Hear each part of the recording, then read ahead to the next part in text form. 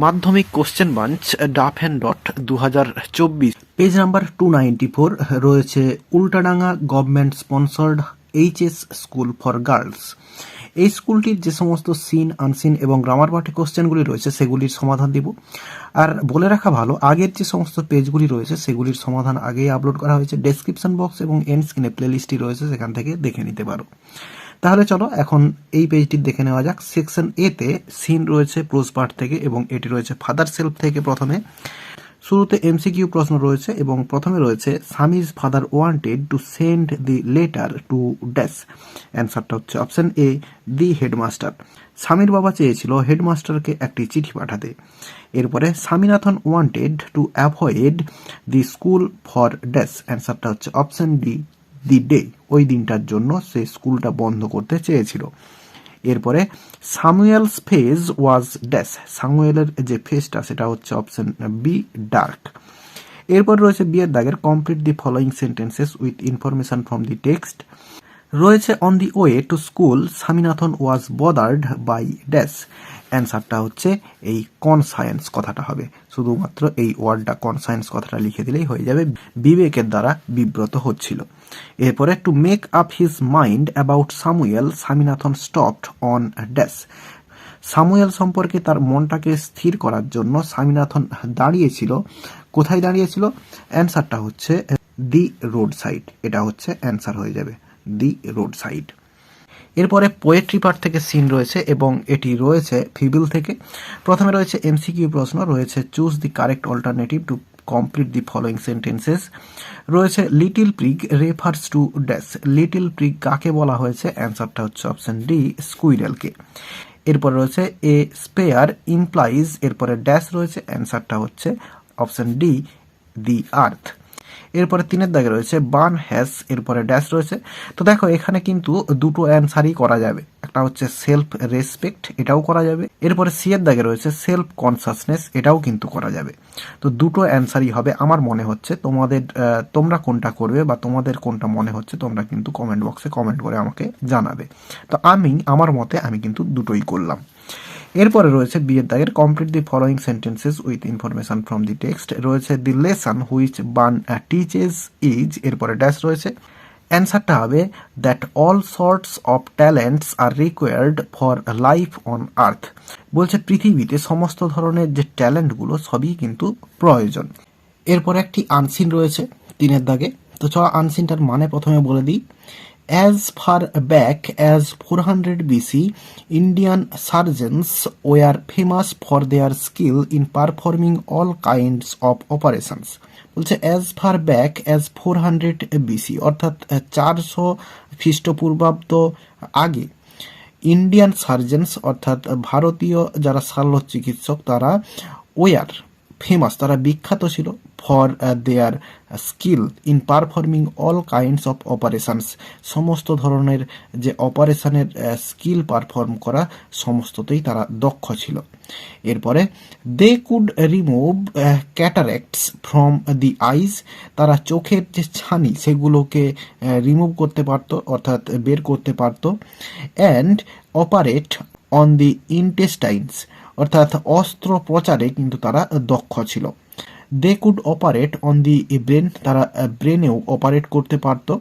By cutting through the skull, অর্থাৎ খুলি, আমাদের মাথার যে খুলি রয়েছে সেগুলো কেটে তারা কিন্তু অপারেট করতে পারতো, অর্থাৎ অপারেশন করতে পারতো।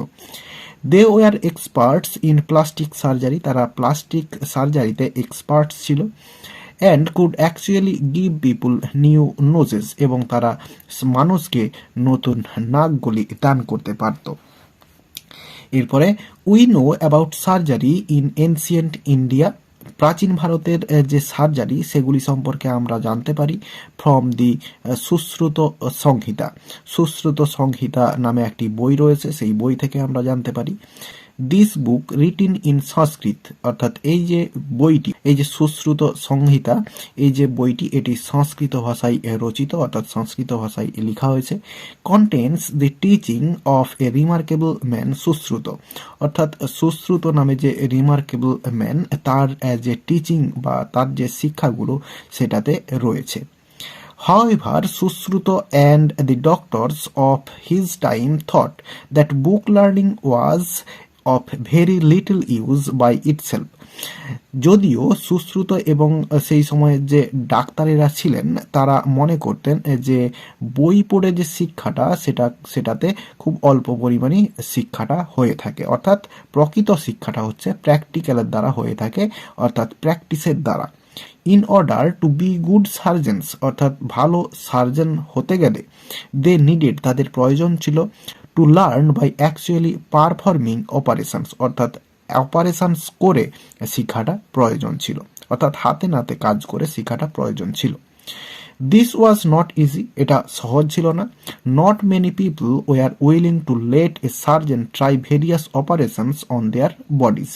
বলছে not many people were willing, বেশিরভাগ মানুষই বা অনেক মানুষই উইলিং ছিল না, অর্থাৎ ইচ্ছুক ছিল না, to let a surgeon try various operations on their bodies, অর্থাৎ তাদের দেহগুলিতে সার্জনরা বিভিন্ন ধরনের যে অপারেশন সেগুলো করুক, এটা হচ্ছে তারা চাইতো না, অর্থাৎ পরীক্ষামূলকভাবে যে অপারেশন করুক সেটা হচ্ছে চাইতো না।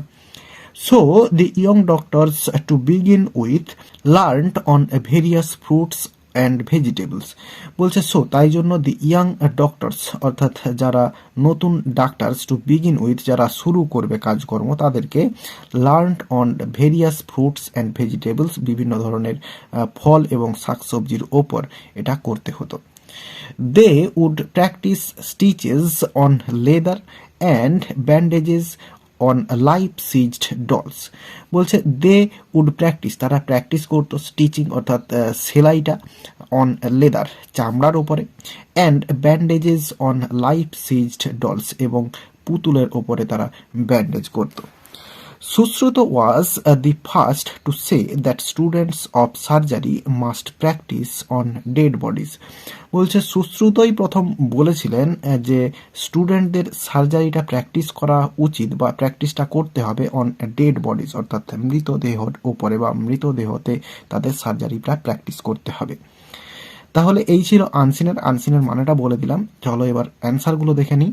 Choose the correct answers from the given alternatives. রয়েছে surgeons in ancient India could perform dash, অ্যান্সারটা হবে ডি এর দাগ অল কাইন্ডস অফ অপারেশন, সমস্ত ধরনের অপারেশন করতে পারত। Sushruta Samhita was written in dash, অ্যান্সারটা হচ্ছে অপশন এ সংস্কৃত বা সংস্কৃত। এরপর রয়েছে Sushruta was a dash, Sushruta ছিলেন অপশন বি ডক্টর। এরপর রয়েছে Sushruta student learn by dissecting, এরপরে ড্যাশ রয়েছে, অ্যান্সারটা হচ্ছে বি এর দাগ ফ্রুটস অ্যান্ড ভেজিটেবলস। এরপর রয়েছে plastic surgery in ancient India was dash, অ্যান্সারটা হবে ডি এর দাগ ভেরি অ্যাডভান্সড, কারণ হচ্ছে ওখানে রয়েছে এক্সপার্ট ছিল তখনকার দিনে এই প্লাস্টিক সার্জারিতে। Sushruta was the first to emphasise the dissection of dash of learning surgery, এটা হচ্ছে অপশন ডি ডেড বডিজ। এরপরে রয়েছে বিয়ের দাগে আনসার দি ফলোয়িং কোশ্চেন্স। রয়েছে why was surgery difficult at that time, ওই সময়ে সার্জারিটা কঠিন ছিল কেন? তো অ্যান্সারটা এখানে এই সার্জারি থেকে শুরু করব, সার্জারি, এরপরে ওয়াজ লিখব, surgery was difficult at that time, এরপরে লিখব বিকজ, BECAUSE। তাহলে আবার বলছি, অ্যান্সারটা শুরু করব সার্জারি থেকে, surgery was difficult at that time, এরপরে বিকজ, এরপরে লিখব এখানে not many people were willing to let a surgeon try various operations on their bodies, এতটা পর্যন্ত অ্যান্সারটা হবে। তাহলে বিকজের পরে এই নট থেকে বডিজ পর্যন্ত লিখে দিলে অ্যান্সারটা হয়ে যাবে। এরপরে রয়েছে list the achievements of surgeons in ancient India, প্রাচীন ভারতে যে সার্জেনদের যে অ্যাচিভমেন্টস সেগুলোর লিস্ট দিতে বলা হচ্ছে। তাহলে আমরা এখান থেকে লিখব এই প্রথমে এই যে ইন্ডিয়ান সার্জেন্স রয়েছে, Indian surgeons were famous for their skills in performing all kinds of operations. They could remove cataracts from the eyes and operate on the intestines. They could operate on the brain by cutting through the skull. They were expert in plastic surgery and could actually give people new noses. এতটা পর্যন্ত লিখতে হবে পুরো, তাহলে অ্যান্সারটা হয়ে যাবে। তাহলে এই ইন্ডিয়ান থেকে পুরো এই নোজেস পর্যন্ত অ্যান্সারটা লিখতে হবে। এরপর রয়েছে why was the practice on dead bodies essential. Dead বডির ওপরে যে প্র্যাকটিসটা সেটা হচ্ছে এসেনশিয়াল ছিল কেন? অ্যান্সারটা এখান থেকে শুরু করব। In order to be good surgeons they needed to learn by actually performing operations. তো এখানে এই যে দে রয়েছে, এখানে ডক্টরস কথাটা লিখলে ভালো হয়, তো না হলেও কোনো অসুবিধা নেই, এই অপারেশনস পর্যন্ত লিখে দেব। এরপরে আমরা একটা অ্যান্ড যোগ করব এবং অ্যান্ড যোগ করে এরপরে লাস্ট লাইনটা লিখে দেবো। And Sushruta was the first to say that students of surgery must practice on dead bodies. এটা লিখে দিতে হবে। তাহলে ইন অর্ডার থেকে অপারেশনস পর্যন্ত লিখবো, এরপরে অ্যান্ড দিয়ে লাস্ট লাইনটা পুরো লিখে শেষ করে দেবো, অ্যান্সারটা হয়ে যাবে। এরপরে 4 দাগে রয়েছে why did the surgeons have to practise on fruits and vegetables. তো কেন সার্জেনদেরকে ফ্রুটস এবং ভেজিটেবলসের ওপর প্র্যাকটিস করতে হতো? তো অ্যান্সারটা আমরা এখান থেকে শুরু করব, দি সার্জেন্স থেকে, এবং এখানে যে হ্যাভ রয়েছে এটাকে হ্যাড করব। To practise on fruits and vegetables, এরপরে বিকজ কথাটা লিখবো BECAUSE। তাহলে আবার বলছি, দি সার্জেন্স থেকে শুরু করব, the surgeons had to practise on fruits and vegetables because, এরপরে লিখবো এই যে নট মেনি পিপল, এই লাইনটাই ঘুরে আবার লিখবো, পুরো একেবারে এই দেয়ার বডিজ পর্যন্ত লিখে দেবো এবং অ্যান্সারটা হয়ে যাবে। এরপরে সেকশন বিতে গ্রামার অ্যান্ড ভোকাবুলারি রয়েছে এবং 4 দাগের এতে রয়েছে fill in the blanks with appropriate articles and prepositions. রয়েছে মোস্ট পিপল আর ফন্ড ড্যাশ মিস্ট্রি স্টোরিজ, এখানে ফন্ডের পরে অফ হবে প্রিপোজিশন। তো মিস্ট্রি স্টোরির প্রতি অনেক মানুষ, বেশিরভাগ মানুষই তাদের কাছে এই মিস্ট্রি স্টোরিজগুলো প্রিয়। They find dash extra pleasure, they find an extra pleasure, তারা একটা আলাদা রকম প্লিজার বা আনন্দ অনুভব করে। ড্যাশ ট্রাইং, এখানে হবে in trying to solve dash mystery, এখানে হবে দি মিস্ট্রি অ্যালং উইথ দি ইনভেস্টিগেটরস, অর্থাৎ যে ইনভেস্টিগেশন করে তার সঙ্গে সঙ্গে তারাও কিন্তু এই যে মিস্ট্রিটা সেটা সলভ করতে একটা আলাদা রকম এক্সট্রা প্লিজার আনন্দ অনুভব করে। এরপর রয়েছে বিয়ের দাগে choose the correct alternatives to complete the following sentence. রয়েছে the poet dash by the beautiful sight of the flowers, এখানে হবে ওয়াজ ইমপ্রেসড, বলছে কবি মুগ্ধ হয়ে গিয়েছিলেন by the beautiful sight of the flowers, সুন্দর যে ফুলের দৃশ্য সেগুলি দেখে। অ্যাজ হি, এরপরে ড্যাশ রয়েছে along the side of the lake, এখানে আমরা করব ওয়াজ ওয়ান্ডারিং, যখন তিনি ঘোরাঘুরি করছিলেন লেকের সাইড বা লেকের ধার বরাবর।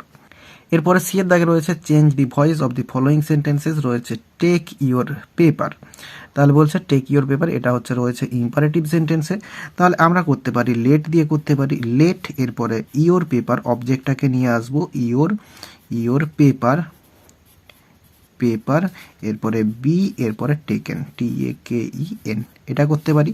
বা আমরা এটাও করতে পারি ইউ আর টোল্ড বা ইউ আর আস্কড বা ইউ আর অর্ডার্ডও করতে পারি, ইউ আর অর্ডার্ড এরপরে টু দিয়ে টু টেক ইউর পেপার, এটাও করতে পারি। এরপর রয়েছে সি কাট দি কেক, তাহলে এখানে দেখো সি রয়েছে সাবজেক্ট, এরপরে কাট এটা হচ্ছে ভার্ব এবং দি কেক এটা হচ্ছে অবজেক্ট, এবং এটা রয়েছে সিম্পল পাস্ট টেন্সে। তাহলে অবজেক্টটাকে সাবজেক্টে নেব, দি কেক এরপরে ওয়াজ, ভার্বের থার্ড ফর্ম কাট, এরপরে বাই, সিটা হার হয়ে যাবে। তাহলে অ্যান্সারটা হলো দি cake was cut by her. এরপর রয়েছে the school magazine will be published very soon, পাবলিশের জন্য হচ্ছে ব্রিং আউট হয়, তো এখানে পাবলিশড রয়েছে অর্থাৎ থার্ড ফর্ম রয়েছে, তো এখানে হবে ব্রট আউট, BROUGHT, ব্রট আউট। এরপর রয়েছে price of things are increasing now, increasing এর জন্য হচ্ছে গো আপ হবে, তো এখানে হচ্ছে ইনক্রিজিং রয়েছে হবে গোয়িং আপ। এরপরে 5 দাগে ভোকাবুলারি রয়েছে, এগুলোর মানে আনসার থেকে খুঁজে বের করতে হবে। প্রথমে রয়েছে a physician who performs surgical operations, অর্থাৎ যে অপারেশন করে তাকে হচ্ছে সার্জন বলা হয়, তো সার্জন হবে অ্যান্সারটা এখানে SURGEON, সার্জন হবে। এরপর রয়েছে a dense cloudy area that forms in the lenses of the eyes, অর্থাৎ চোখের যে ছানি পড়ে যাওয়াটা সেটাকে বলা হচ্ছে ক্যাটারেক্ট হবে। তো এগুলো তোমরা আনসিন দেখেও লিখে নিতে পারো। এরপরে দেখো এই 6-এর দাগে একটি রাইটিং স্কিল রয়েছে এবং এখানে এই যে অর দিয়ে রয়েছে রিহাইড্রেশন সলিউশন এর জন্য যেটা রয়েছে, তো এটা কিন্তু আগেই আপলোড করা হয়েছে। তোমরা ডেসক্রিপশন বক্স প্যারাগ্রাফের বা এসে রাইটিংয়ের যে প্লেলিস্টটি রয়েছে ওখানে দেওয়া রয়েছে প্রসেসিংগুলো, তো ওখানে কিন্তু এটা রয়েছে, তোমরা চাইলে দেখে নিতে পারো। তাহলে এই ভিডিওতে এই পেজটির সমস্ত সিন, আনসিন এবং গ্রামার পার্টের সমাধান দিয়ে দিলাম। আশা করি বোঝাতে পারলাম। ভিডিওটি ভালো লেগে থাকলে একটি লাইক করো এবং বন্ধুদের মধ্যে শেয়ার করো, এবং আমার এই চ্যানেলে নতুন হলে চ্যানেলটি সাবস্ক্রাইব করে পাশে থাকা বেল আইকনটি প্রেস করো পরের ভিডিওগুলি সবার আগে পাওয়ার জন্য। এই ভিডিওতে এতটাই দেখাবে, নেক্সট ভিডিওতে ভালো থাকো সবাই, ধন্যবাদ।